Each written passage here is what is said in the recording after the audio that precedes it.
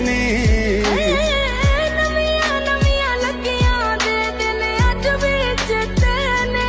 हत्थां विच रचिया ए मेरे हत्थां नाल करदा सी बेचा।